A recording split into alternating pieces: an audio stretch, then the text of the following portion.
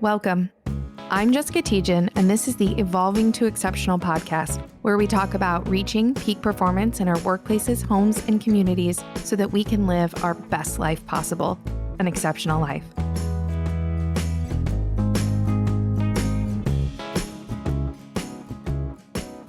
I want to welcome back all of our listeners to this week's episode of Evolving to Exceptional. We have Katherine McCord with us today. She is a neurodiverse woman herself who's built her career on inclusive innovation in people operations and HR tech. She has a really fascinating background of experiences as well as insights to offer us around the topic of curiosity over ego and how that can be incorporated into the workplace to create better experiences for people. So I'm so excited to dive into all of that, Katherine. But first, I want to welcome you and give you a chance to just tell our listeners a little bit about who you are, how you got to where you are, and why you do what you do. Thank you so very much for having me, Jessica. I'm excited to be here. This is my favorite topic in the entire world. So I'd love to dive into neurodiversity and curiosity. So hi, everybody. I'm Katherine McCord. As she said, I work in people operations. I've been an entrepreneur in that space for almost 10 years now. That makes me feel old now that I just said that out loud for the first time since I passed our ninth birthday as a company. And I've intentionally had a lot of different experiences because I wanted to learn as much as I could and expand my knowledge as much as I could and try everything out there.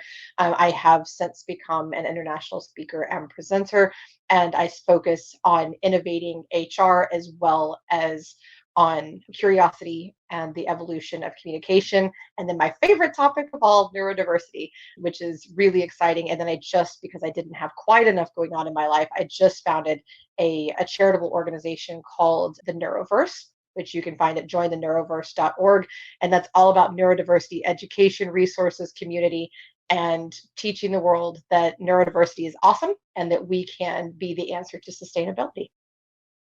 I really love that you've created that, and I'm curious just to dive into that a little bit. What the motivating factor is there? Is there a lack of information? What are you seeing in the people that you work with that led you to say, I really think we need something like this? We need something to help people have more information on this topic, and just what led you there? A couple of different things. So, on the individual side, for the people with the neurodiversity, it one of the main things I see out there is a sense of loneliness and a sense of isolation, which is so not needed because we're somewhere between, depending on what studies you read and if you want to consider undiagnosed folks or not, somewhere between 20 to 30% of the population. That's a pretty big percentage. So there's no reason to feel alone. And so that's a big part of it. Another part is that people have not been allowed to take care of themselves. Mhm. So they don't know what they need. So providing resources and helping them learn. In fact, I'm doing a talk this evening about self-accommodation and how to take care of yourself because we haven't been taught. So on the individual side, that was it. And just wanting people to feel excited about who they are and not feel Mhm. ashamed about it because it's cool. There's a lot of scientific evidence out there that now we're the future of humanity. And so that's why we're seeing more and more of this. But then on the flip side of that is, and by the way, if anybody wants to research that, the National Institute of Health has put out some really cool studies on that fact. But then on the organizational side, it's that they don't know what to do with us. So many companies are so confused and they're just like, I have this really cool person, but I don't know how to get to them. I don't know how to teach them. I don't know how to help them be effective. And they're just struggling and I don't know why. And it's very frustrating for them. And so to give them a resource where they can learn more as well and to give them that opportunity to figure it out and to get creative and to realize that it's okay to embrace difference and that's actually a benefit and how to do that, what that actually looks like. Because a lot of people say, hey, you need to do this, but they don't actually bother to tell you how. So we're creating the how for organizations. I love that. And I love that you hit on And I asked that question a little bit tongue in cheek because as we talked about before we jumped on here, I myself have neurodiversity. I've had ADHD all of my life, and not the mild kind where people have just a little bit of distraction. Mine is the full-blown non-functional ADHD. And if I'm not doing the right things, if I'm not taking medication and doing the right steps and things like that. And I like to share that because I went all the way through school. I got my Juris Doctorate from law school. Was very successful in the corporate space. On the surface, a lot of people would never know that's what happens to me when I'm not medicated. And in Mhm. fact, one of my favorite stories is that when I got pregnant with my son, my first son, I went off my medicine for the first trimester, and my husband and I went back to the doctor. My husband said to the doctor, "Can she take this again? Because if she doesn't, our marriage isn't going to survive it. It's not gonna work," because it was so bad. It was such a Yeah. contrast. He didn't know that Yeah. person. So my passion for this space comes from a real personal space and a real recognition of how much I felt that growing up and how much I felt the implications of being different Yeah. and seeing that as a brokenness rather than as a benefit. And I Right. love that you talk about the research because there are such benefits to neurodiversity. The way that my brain works actually allows me to juggle a lot of different things at the same time and to do them well and to do them Right. successfully. Right. And would you speak just a little bit to, we don't have to go too deep into the research, but what some of that is saying for those that are in the workplace or in the Yeah. corporate space, that this is really an untapped or a potentially underutilized benefit that you may not be getting from your people today? And I also want individuals to understand too, and including parents, because I think a lot of parents get these diagnoses and the doctors are not very good at robust explanations and they leave it downtrodden or just a fear because they don't understand. They don't know what it is. They don't understand. And so I think it's very important to get this information out there. So, number one, I do want to acknowledge the disability that comes along with neurodiversity. And there is, and some of it's social disability, meaning that's what society has placed on us, not so much that we're defective, but that society's just not built for us. That's part of it. But then there are also very real physical and emotional tolls as well. As and sometimes even developmental, it just depends. So I want to acknowledge the disability aspect as well, but what science is teaching us, and you can find these studies through Harvard, through Johns Hopkins, through Cornell, McKinsey, um, oh gosh, how many others? Oh, Hewlett Packard has a fantastic study on this, as a matter of fact. They're one of my favorites. And so, from the employer perspective, Hewlett Packard's is by far the most groundbreaking. And now, other organizations such as Salesforce and Walgreens have started to adopt their program because they realized how successful this was. So, they said instead of just hiring for neurodiversity, we're going to cultivate it. We're going to say, work in a way that's natural for you, whatever that looks like. So if you want to have camera off meetings, if you want to walk around while you work, if you want to sit on a yoga ball instead of a desk chair, if you want to use fidget spinners, noise canceling headphones, my favorite, because I've done this before and it's highly successful, are symbiotic work cells where multiple people come together to complete a unit of work. So all the work assigned to all the people gets done, but it gets done collectively, not Mhm. individually. And so they let all of this ride and they just said, okay, whatever you need, we're going to do it. And what happened was productivity went up well over 30%. Everybody was happier, healthier, more creative. Customer service went up, and eventually, of course, then profits go up. So it's a wonderful it's a wonderful thing to realize that supporting people, and this is what's interesting. Whenever I bring up the things that help people with neurodiversity, even people without neurodiversity start going, wait a minute, that might help me too. I'm like, exactly, exactly, because inclusive Mm. design helps everyone. Everybody. It's just like the ramps on the sidewalks. Those were put there for people with wheelchairs, but they help people with strollers, people pushing carts, people like just whatever. It helps everybody. If you're just not paying attention, you're texting on your phone. It helps you to have a ramp instead of tripping over yourself. So inclusive design helps everybody. And that's the thing that we've got to start realizing is that we just haven't it's not that there's anything wrong with these other humans. It's that we haven't designed a society for them. And that's true of so many different diversities, not just neurodiversity, but it's very important to embrace that. And when you do, the studies are endless to show what happens. And I want to take something you said there and maybe tweak it just a little bit, which is around acknowledging the disability. Mhm. And one of the things that really helped me was to change that to a different ability. And that instead of it being a negative reflection that there's something like wrong or broken, that my neural networks, my brains, we talk a lot about that when we look at things through a neuroscience lens. My brains work differently and they work like this. And somebody's else might work a little bit differently and work like this. And they're Right. just different. And one of the things I say often is the way when we put a label like disabled or when we look at people like something's not right, what we're really doing is what's really happening is we're looking in a mirror that's broken. We're not broken. The mirror is broken.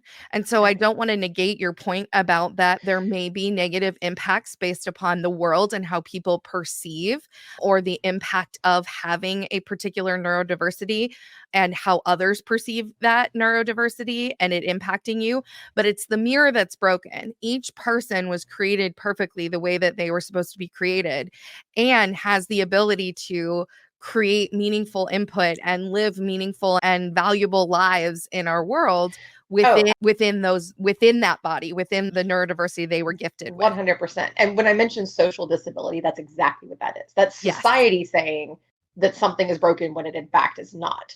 It's the perception, like you said. Now, a couple of things, and one thing real quick I thought was very cute that you said, because this plays into something that I say all the time. I talk about us being human octopuses, and octopuses, not everybody knows, not only have multiple legs, but they have multiple hearts and multiple brains. And at one point you said my brains, plural, and I was like, yay, the octopus brains, like multiple brains. So that was just cute. That just struck me. But one thing I do also want to hit on, though, is that there is some physical disability. So neurodiversity is a very broad spectrum, right? It goes everything from dyslexia, dyspraxia, ADHD, autism, OCD, bipolar, all these things, all the way to even physical conditions that also affect the neuro side, such as epilepsy, cerebral palsy, etc.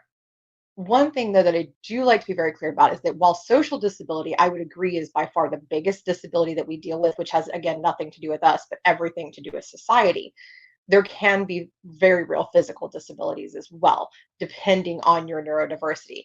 So, for instance, one of mine is, we discussed this again before the call, is my seizure disorder that affects my neural pathways. And there are days when I'm, to put it lightly, flopping around like a fish at a discotheque. That creates a lot of pain and a lot of discomfort. And so it can be anything from that to the frequent shakes of people with cerebral palsy, things like that. People with traumatic brain injury can have complete sections of their lives erased.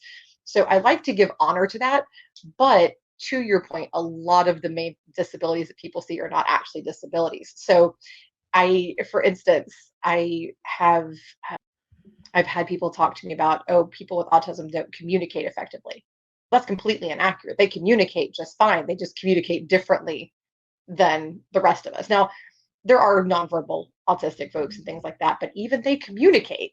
It's just differently than we do. So I think, there's a lot of room for human communication to expand and to grow. Even people with ADHD. So my best friend has ADHD. I don't know if you do this too, but she does this really cute thing where she talks in loops. Like she'll talk and she'll go off on this other story and it goes way other thing, and then it starts like slowly circles back and it comes back to this thing. She's telling me all the things. In fact, I get in incredible detail with it, right? But it's just, then some people want to receive communication. So that whenever we stop and we want to say that somebody doesn't do something properly or doesn't do something well, we really need to stop and first think, is it just that I'm not receiving it well? Mm. And that's very much where I've started getting into the curiosity approach as it pertains to neurodiversity specifically, because I started realizing that a lot of these issues out there, a lot of inclusion, period, that needs to happen is not happening, is broken, because humans naturally create their reality based on themselves. That's a natural thing. You shouldn't feel bad. That's the natural inclination that you have. But it's actually not a helpful way to do things. And it doesn't help us to best connect and to better understand each other. And the ego mechanism that I talk about so very much is, again, a naturally occurring thing. We all have it in our brains. And what it is, our brains need to defend itself. Our brain needs to be correct in order to feel safe. And so when it doesn't feel safe, when something has given it conflicting information, it will throw up defenses. A dramatic version of this is when we're on social media and somebody is arguing beyond all reason, just angrily about something that does not require anger. That's an exaggerated version.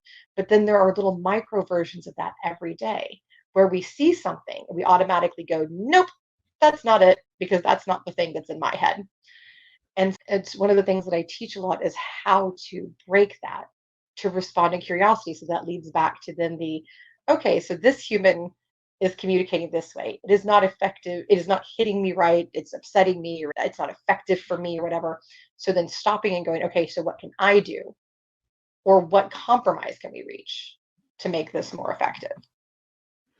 I really love that. And I love the curiosity lens. And I want to go back to your comment about the multiple brains, because we really do actually teach. And part of our philosophy is based on a multiple brain integration technique. And that Yep. whether you call them neural networks or intelligences, we have neural networks in our heart, we have neural Mm-hmm. networks in our gut, we have neural networks in our autonomic nervous system. And That's all of right. those systems are, I'll use brains in quotes there, that work together to create who we are. And I think Mm-hmm. what's interesting about the research and the things that you just talked about is that we still know so little. Huge discoveries are being made in research every year, almost every month, that are Mm-hmm. telling us things that we never knew about how our bodies and brains worked, and how we respond and react in environments, and how our systems are wired up to create the results and the experiences that we have in our lives. And I think you highlight really well there that when our head brain is not in its highest capacity, when it's not working at its best, it gets into this ego. It can get into this ego state, and it can't see things from, it can't create a reality from a perspective that it doesn't have information or Right. data around.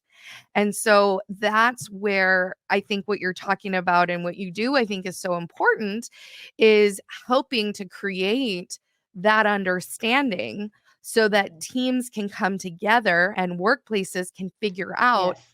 how to tap into the benefits of all of that intelligence that's in their workplace.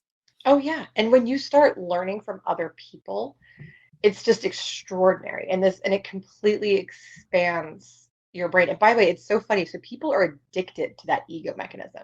Almost every human is addicted to their own ego mechanism because it releases adrenaline and dopamine. And we're addicted to those chemicals. And when you switch that off, which I do with a very simple grounding exercise. So I literally spent 5 minutes one day teaching my brain that if I touch the arms of my chair, or if I tap my foot once firmly on the ground, that I am safe. And I taught it all the things that that means. When this happens, I have food in the pantry.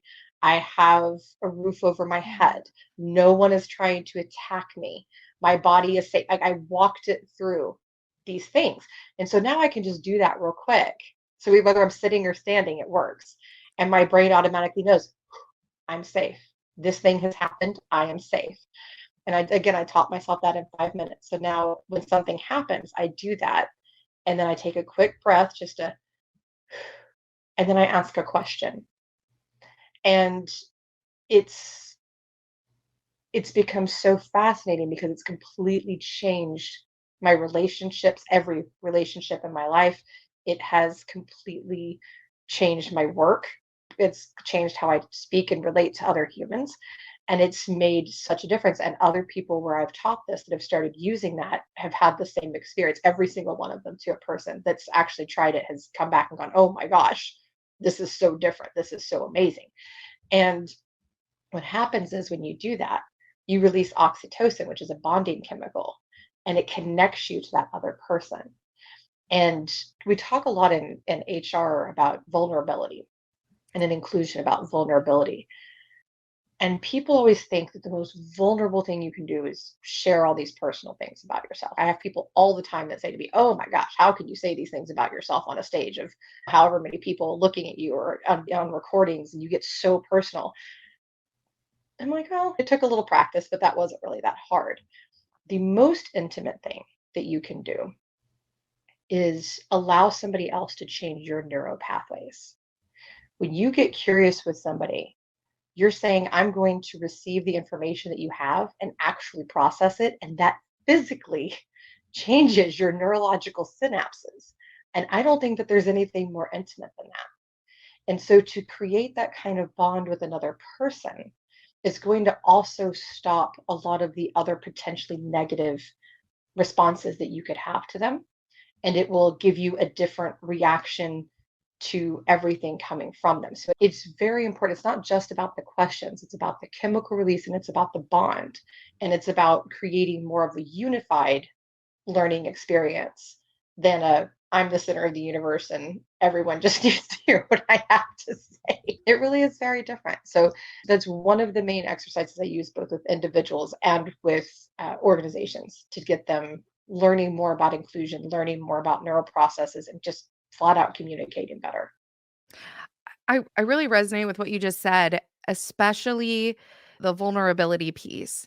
And as you were talking about that, I was thinking about how sometimes it's actually really easy to tell a story you've told many times before. It's not Yeah, actually vulnerable once you've shared it enough times. That's just part of my story. I don't have feelings about it the same way right. anymore. I think the vulnerability, like you said, is more in the if I'm going to let you see how this really makes me feel.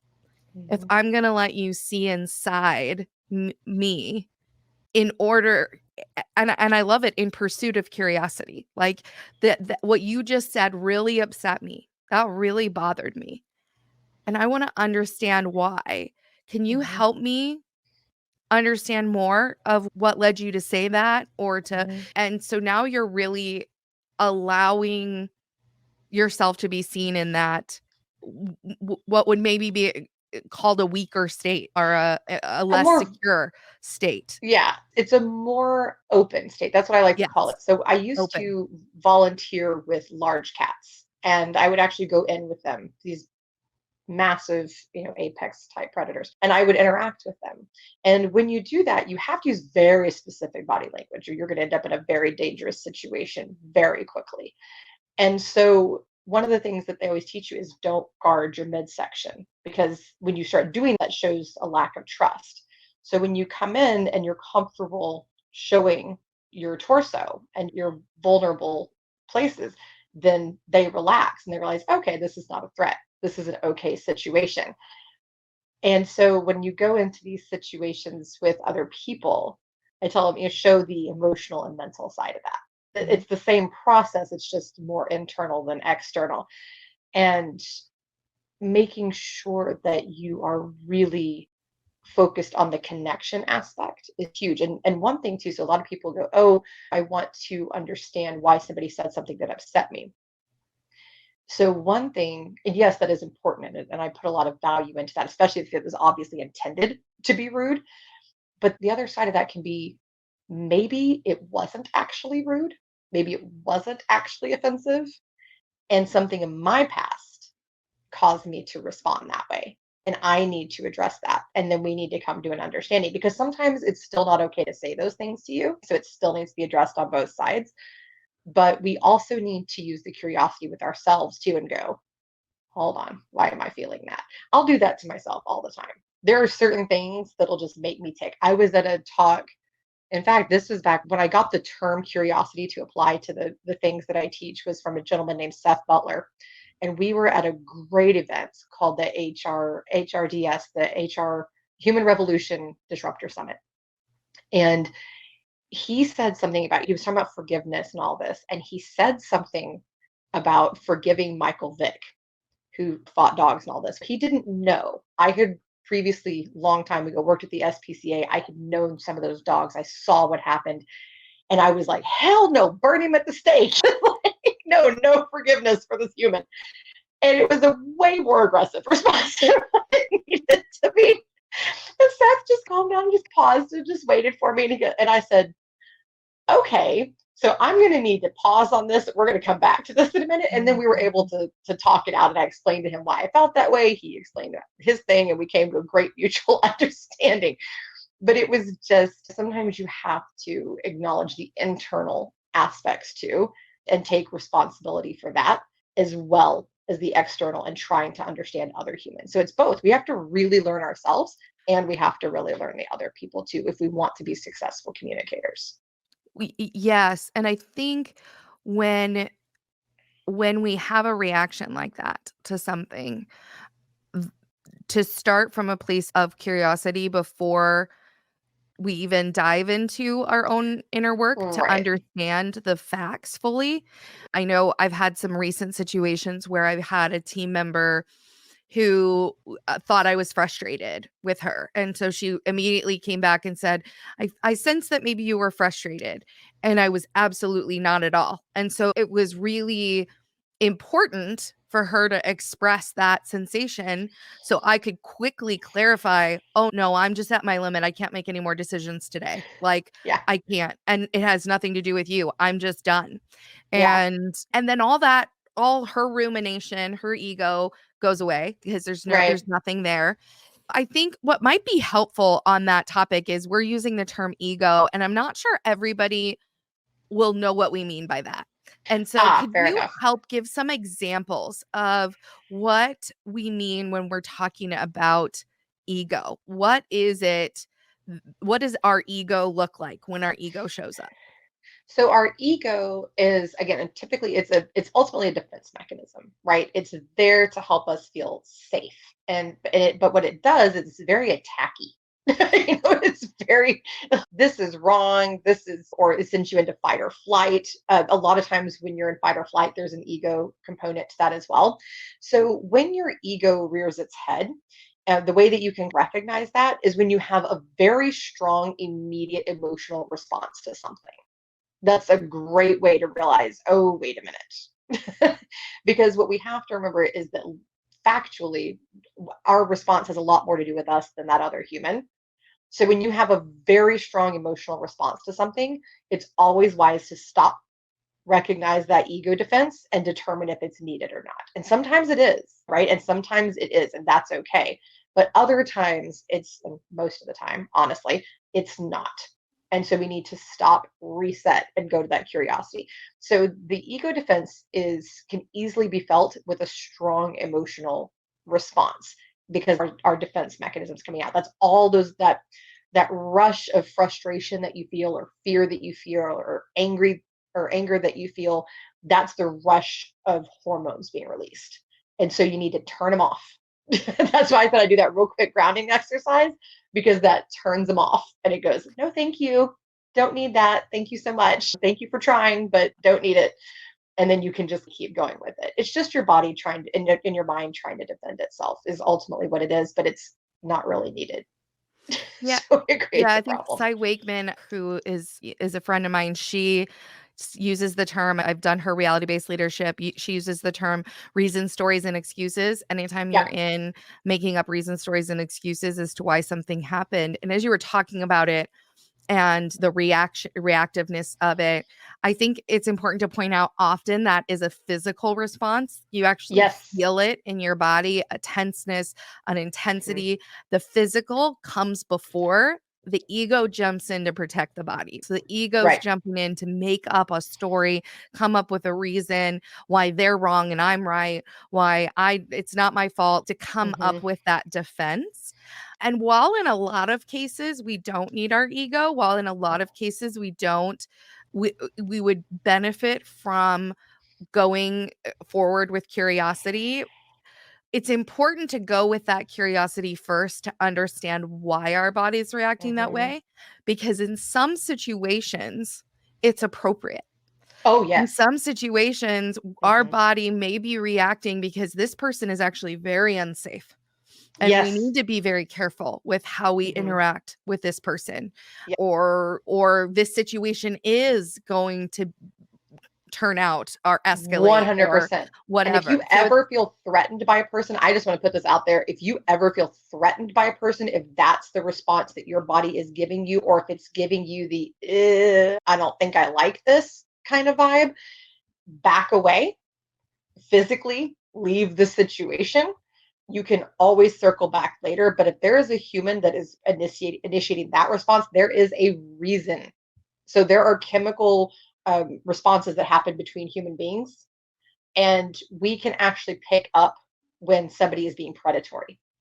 And so if you get that vibe, if you get that just, oh, this is not an okay situation, or you're not an okay kind of human kind of situation, just back out of it. That's, if it's a safety concern, 100% back out. well, and I would, so what we say is that our gut brain, those neural networks are actually responsible for our safety, our Yep. self-preservation. Mm-hmm. And whether it's a person, a situation, a decision that you're going to make, those messages are coming through for a reason. Mm-hmm. And they may be past patterns. We may want to shift or change to have a different outcome. All of those things are valuable. But I think oftentimes, especially in workplaces, and I'm curious with you working with workplaces and in this space, if you see this too, there's this encouragement to ignore those messages, Oh yeah. to ignore what information. We don't want emotion. We don't care what your intuition's saying. Just use your head brain, do what we tell you to do, complete the widgets, make them the way Absolutely. we told you to make them. And we don't really care what your unique neural networks are telling you or have to add value. And I think that's a very untapped resource. 100%. Yes, Yeah. absolutely. Listening to your intuition is always wise. And again, it's the curiosity, why am I having this? Making sure it's a sensible response first, and that there's actually something there. And then if there is, follow that rabbit hole. Whatever that is, just follow the little white bunny down the tunnel to Wonderland. Whatever you got to do, just to just get through that process, because it absolutely is imperative. I was told for years, you're too judgy of other people. You shouldn't be so judgy. I, quote, worked on it. And what ended up happening was I kept getting bit in the butt, because I know how to read people. It is just a gift. I was just born with it. That's just all there is to it. I am never wrong. not yet anyway. It might happen at some point someday, but it hasn't happened yet. When I have a very strong instinct about a human, and now I just follow it. So if my instinct is nope, then we nope. And if it's, you need to learn more, then let's learn more. But I have very strong instincts. And so I firmly believe, because some of the worst situations I've been in my life were because I listened to other people who told me I, quote, shouldn't be so judgy. And I knew going into it that this is what was going to happen. I knew. And then it happened. And then I was like, I have nobody to blame but myself, because I listened to these other humans instead of myself. So listen to yourself, follow that instinct, but make sure that there's sense to it too. Because sometimes we develop things from trauma and things like that, that we have to think ourselves through and go, okay, this is okay. I'm feeling this because this very bad thing happened. And so thank you, body. Thank you for trying to keep me safe. But this is a new situation. There is no actual evidence that this is going to be bad. And so here we go. And then other times it's just their ego, just wanting us to feel right. And I see a lot of ego blocking inclusion efforts. And I'd like to be very clear too, because a lot of people don't like the word inclusion right now, which is so weird to me. That's so bizarre, because who doesn't want to be included? That's just weird. That's like our nature as human beings. So inclusion is not infliction, right? That's the line that people are not understanding. And but I'm seeing a lot of needing to inflict who somebody is onto another human all the time. And that's ego. That's just ego. It's my way must be the right way, so everybody else should be just like me. That's infliction. No to that. Boo to that. Just no. Inclusion is saying, I get to be me and have my identity, my beliefs, my humanity, all of this right here. This gets to be as it is, and we're going to cultivate that, right? And then this other human can do the same thing. And we're going to come together, we're going to work together, we're going to be respectful of each other. That's it. That's inclusion. It's very simple. It's a very simple concept, but it's just getting missed right now. And a lot of that is ego mechanism. Yeah, I like to use the term, these are our ways of being. Mm-hmm. It's the way that we show up in the world, and it's how we're doing, how we're thinking, how we're feeling. They are our ways of being. And each of us have our own ways of being. And actually, no two people can possibly have the same, because we've each we wired up our neural pathways, like you said, based upon our experiences, our traumas, our challenges, our interactions, our relationships have created all of those neural pathways. And it's my belief that the sooner that we work with those neural pathways Mm-hmm. and choose to intentionally rewire the ones that are no longer serving us, the more effective we are at doing and producing and feeling and living Anything. all of the things. 100%. And I am living proof of that. My parents actually started me off that way. So when I was little, my first neurodiversity that popped up was the obsessive compulsive disorder, very quickly followed by the misophonia, which for anybody who doesn't know, that's a little bit less common one, or less widely known, I should say, is basically there are certain sounds that will make me malfunction neurologically. Everybody's like, oh, everybody has sounds they don't like. I'm like, yeah, my thing's a little different than that, but that's the simplest explanation to help people understand what it is. And they always taught me to steer into it and not away from it. And they taught me how to work with it in a successful way so that I could be productive and accomplish what I wanted to do. And I could be healthy and I could be happy and I wouldn't get stuck in these very frustrating OCD patterns, but I could use that to this other advantage, right? And so they just steered into this very bizarre little child that they had and just rolled with it. And so that came naturally to me as I got older to start doing that more and more. It's, oh, that's the thing to do. If this isn't working, or if I'm getting angry about this, or if I'm getting stuck with anything, I just need to learn something new and change how I do it and pivot this way. And so I realized the value of that. And I've seen studies about it, about how it works. I tell my parents all the time, like, y'all were so far ahead of y'all's time. Like, y'all just don't even know. Like, you were just like decades ahead on the parenting scale, on the parenting spectrum. I said, but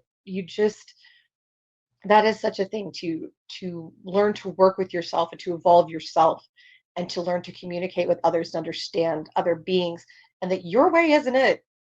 That's not it. That's not the thing. Your way, and let me tell you, I don't want a whole world of me's. That would not be good. I think I'm pretty awesome, but I just think a whole world of me's would just be very bizarre and not very fun ultimately. So want you want a lot of diversity, and you want to learn the other people and embrace them.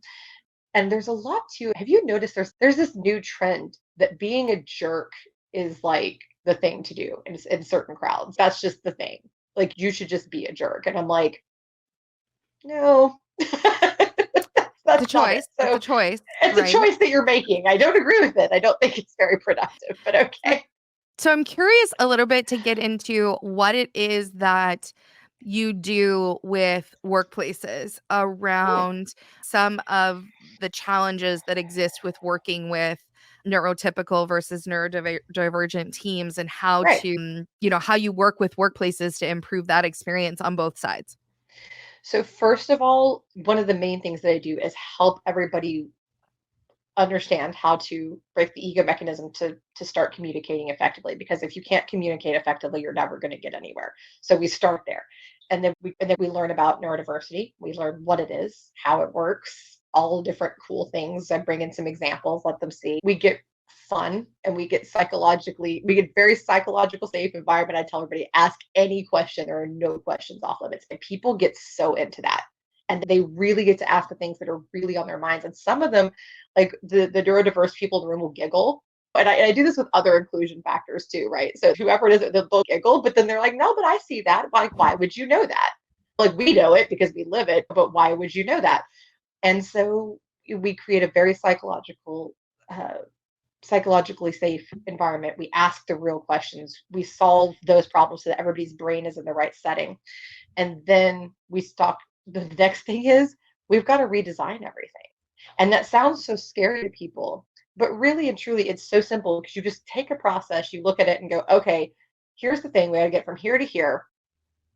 Let's design it with this new inclusive lens on it. And what people realize is along the way, it's, oh yeah, that doesn't work. This fits in. I've gotten multiple companies gone through all of their procedures within a day and a half. And like we redid the whole thing, just made sure that it was inclusive. Very simple. And then we make accommodation standard options because, by the way, according to the Department of Labor, 54% of them are free. Why are they not just options? This makes no sense. Why are we making people jump through hoops? And again, people go, why isn't just saying that they can get an accommodation good enough?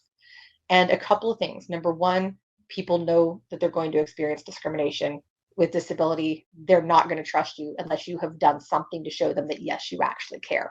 And that's what that little list of standard accommodations is. Here, we actually care. It's okay. And then also get back to the thing we talked about at the beginning of a lot of people don't know how to take care of themselves. So when you offer them suggestions, you're saying, I care about you as a human. And what a great freaking thing to say to your team, that I actually care about your well-being. I care about you being able to work in a way that's healthy and natural to you. So here's some suggestions of things. And by the way, fill in the blank if we miss something. So then we do that. We work on neurocommunication and what that looks like and all the fun ways that people might communicate with you. We talk about that direct is not rude. That somebody talking in loops, that you can find little signals to help bring them back a little bit quicker if your neural pathways can't stay with that process. And that's okay. Mm-hmm. Not everybody's can. I think it's cute and adorable. Not everybody can stay with that. And it can also depend where I am in my neuro processes that day as to whether or not I can stay with that process. We just work through the different communication styles, different ways to communicate, different tools that you can use, all of these types of things. And then we just let it go. But the other thing that I leave them with is you've got to be flexible. This work that we did is a great start, but at some point, somebody will come in and something won't work. And then you just be flexible and you just fix it. And it's not a big deal. The organizations that really struggle are the ones that dig in. Like, this is our way. This is it. Nope. Just be flexible. Just be fluid. You'll be fine. And by the way, big organizations do that. Again, Hewlett Packard does that. Virgin Records does that. There are other. Salesforce is getting to the point that they really do that. There are departments, at least, I don't know about the whole organization, but there are departments in Facebook that do this. Just be fluid. It's fine. It's just not that big of a deal. Just make it work for people. But even the small companies, people, oh, it's easy for the big companies. I have I specialize in startups and growth stage companies. They can all do it too. One of my best examples is Synchro. And actually, they're not my work. I did some recruiting stuff with them, and they're beautifully inclusive. No notes for them. And they're one of the best ones I've seen. So just any size company, there's no excuse. Just flexibility. That simple. Listen to your people. I love what you're talking about there because I think there's two important elements. One is that there's this essentially the ways of being that create greater self-awareness for people that have an understanding of their needs, of others' needs, of what leads to those, and make a conscious effort to communicate and interact in ways that are helpful and productive. And really, if you train everybody on how to do those things, then inclusion is a natural result. That if Yes. people have that understanding and those foundational elements with how they interact and how they relate to one another, inclusion will occur. Yeah. And then I think the other side of it is the policy practices, the systems and structures within an organization that need to take into consideration the ways of being of not just neurotypical, but also neurodivergent individuals to ensure that they're getting, and really not just because it's nice for the neurodivergent Right. folks, but I think it's really so that you make sure you're getting the maximum performance results out of the 100%. people that are in your workplace because you're really including all of the elements that can help make them more successful, that can help them Oh gosh, yeah. perform and deliver better results in your business or in your workplace, right? Absolutely. And it helps mothers, it helps fathers, it helps people who have physical differences. It helps people who are currently experiencing ageism. By the way, I've seen policies that when you are and procedures that when you really look at them are just built-in ageism. It's just really bad. I've seen policies and procedures that accidentally discriminate against veterans. And you just in different religions and things like that. It's completely accidental. But by not including other people and not thinking universally, and that's the thing, you can't know everything about everybody. So you just design everything so that it can be flexible, A, and B, so that it can encompass as much as humanly possible and it's not so limiting. So the main thing you want to do is not limit yourself in your policies and procedures. If there's any one piece of advice, that's it. But I'll tell you another thing that I do with organizations is we fire the jerk. So there are people that will have misunderstandings, and that's fine. And those are the people that you can talk things through with, that you can have a reasonable conversation with, you can educate, all these kinds of things. And then there are the ones that just dig in their heels. And they have just decided that whatever the thing is that's in their head, that's just it. They've got to go because they are not in mission alignment with the organization, which believes in inclusion. And if you leave one there, that will spread and it will become an infection. So you got to get rid of it just right off the bat. Just boop, gone. We try to educate you. We try to work with you. That doesn't work. Bye. Too bad for you. Adios. Go work somewhere else. And that's just part of it too, is that we have to accept that there will be what I call the jerks along the way they just don't want to grow. They just don't want to evolve. Fine, but you don't belong here. And that's a decision that every company has to make. They have to understand that's going to be part of it. That when you choose ethics and integrity and you choose inclusion, that there will occasionally be the people that don't agree with that and they don't belong at your company. And that's okay. That's an all right thing. And one way I think it can be helpful to differentiate is the difference between what is policy versus what is guidelines or information or awareness. Right. Because when I think of policy, and this is not a distinction that I think a lot of organizations make, but I think it can be helpful. If you think of policy as these are the things that I want so clear, I don't have to police them. Their policy. So Yes. sexual harassment is policy. It is Policy. it is something that we have to make sure does not occur. Workplace respect may be a guideline or understanding of workplace bullying or understanding of what do we mean by this? What do we Right. mean by how we interact and engage around this? Where we're giving guidelines and there's flexibility in terms of people interacting, figuring out how they navigate complex situations, complex interactions to create the best outcome possible. And I Right. think sometimes we try to lump everything into one employee handbook rather than really understanding, no, this is policy. This is how we track time, or this is how we dole out benefits. It's black and white. It's very clear. From things that are more complicated and more nuanced. Right. Like And most employee relations need to just be a basic procedure of how to go about figuring it out and yes. then basic guidelines. But it's no, you cannot have all of that be black and white. That's just not how it works. And when you try to, I think you end up with more complexity. You end up with Yes. more of the situations you're talking about where I don't know, should I get rid of this person? Should I not get rid of this person? Technically, they did something that was outside the bounds. And then you're in this, People your hands are tied kind of scenario. yeah, and that's one thing. I have seen companies that have accidentally tied their hands and had to keep somebody because of some idiotic policy. So first of all, don't write too many policies. Don't do it. Keep them very limited. But another thing that a good friend of mine said to me recently, who also works in HR, is that there's never been a situation where somebody thought, gee, I fired that person too quickly.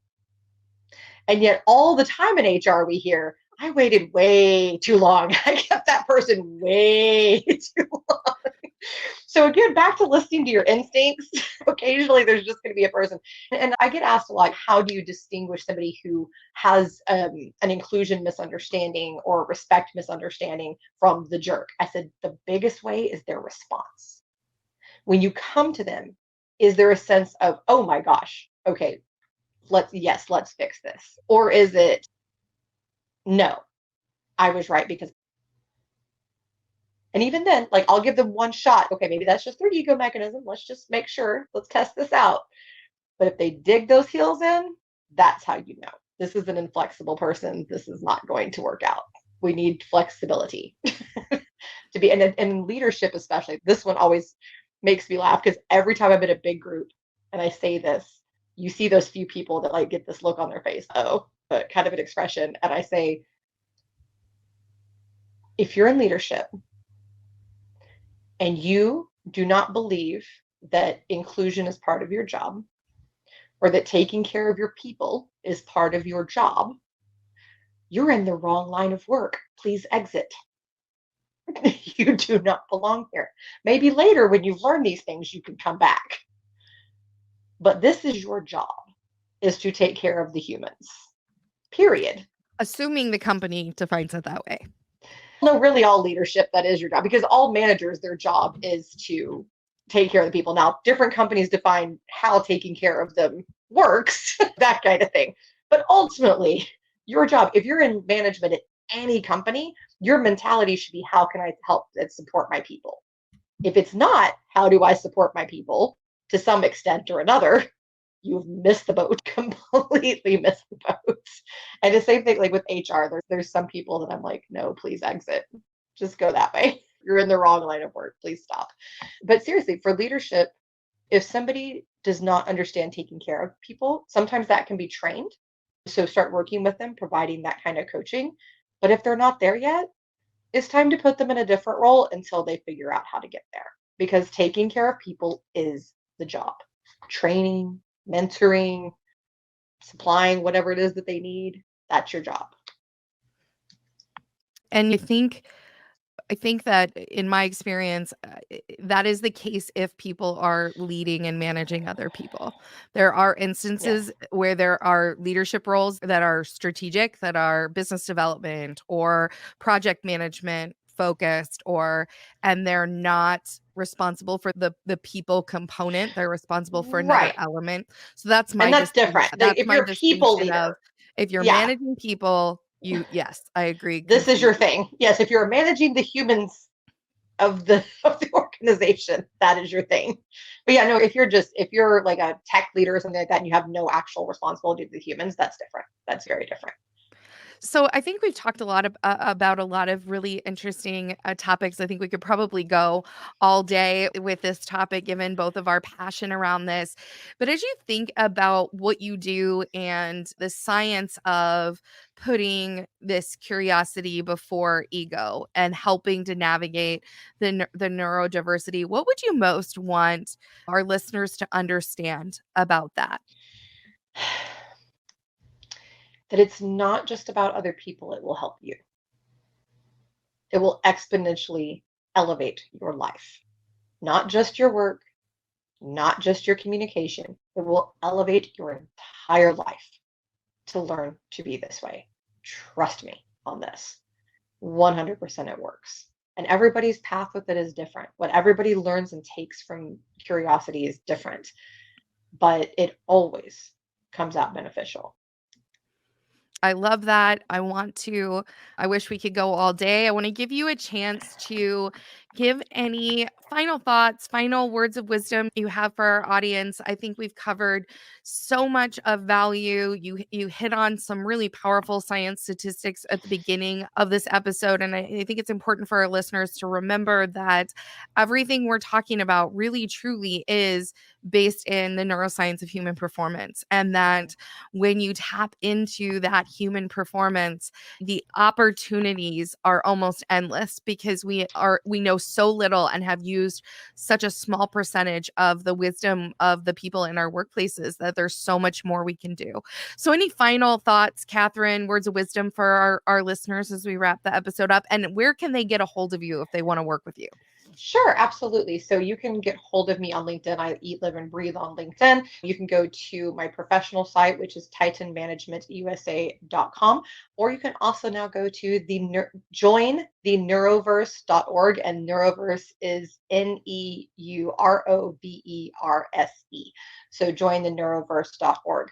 And I'm always happy to connect and talk about these topics at any time. So I guess my final thoughts, there are a few of them, is number one, get curious. Like, just start asking questions, do research. And if there's something that you just have a really strong feeling about, do some research behind it, get to understand it. If there's something where you just can't wrap your brain around the other side of the argument, learn about it, dive into that other side, understand it. It's not about changing your mind, it's about having the full picture so that you're not accidentally stunting yourself. So go out there, get those full pictures, get curious, embrace inclusion. It just makes sense. It's all the science backs the benefits of it. Our human development is all about including one another and embracing one another. It just is part of being the symbiotic beings that we are. Steer into inclusion, stop the infliction. But you know what? Really and truly, I think, especially given some of the just utterly hateful posts and comments and all of this that I've been seeing, I think my number one message is just choose not to be a jerk. Just don't do it. Just be polite. Think of others. Think outside of yourself. It's really not that hard. I am the human equivalent of grumpy cat. Okay. I am not a sweet, loving little ball of adorable. I am grumpy and like to be left alone. And there's a reason that I have 4 cats. But if I can do it, so can everybody else. So just don't be a jerk. Be polite. That's the thing. And embrace inclusion. And most of all, if you're out there and you're neurodiverse or neurodivergent, whichever language you prefer, know that you're not defective. Know that it's not a deficit. And that even if you have disability with it, that's okay. That you are still awesome and you have tons of strength. There's wonderful science behind that. In fact, Johns Hopkins has one of the best illustrations I've ever seen showing that. So go check it out, learn about yourself, and embrace yourself because you are awesome.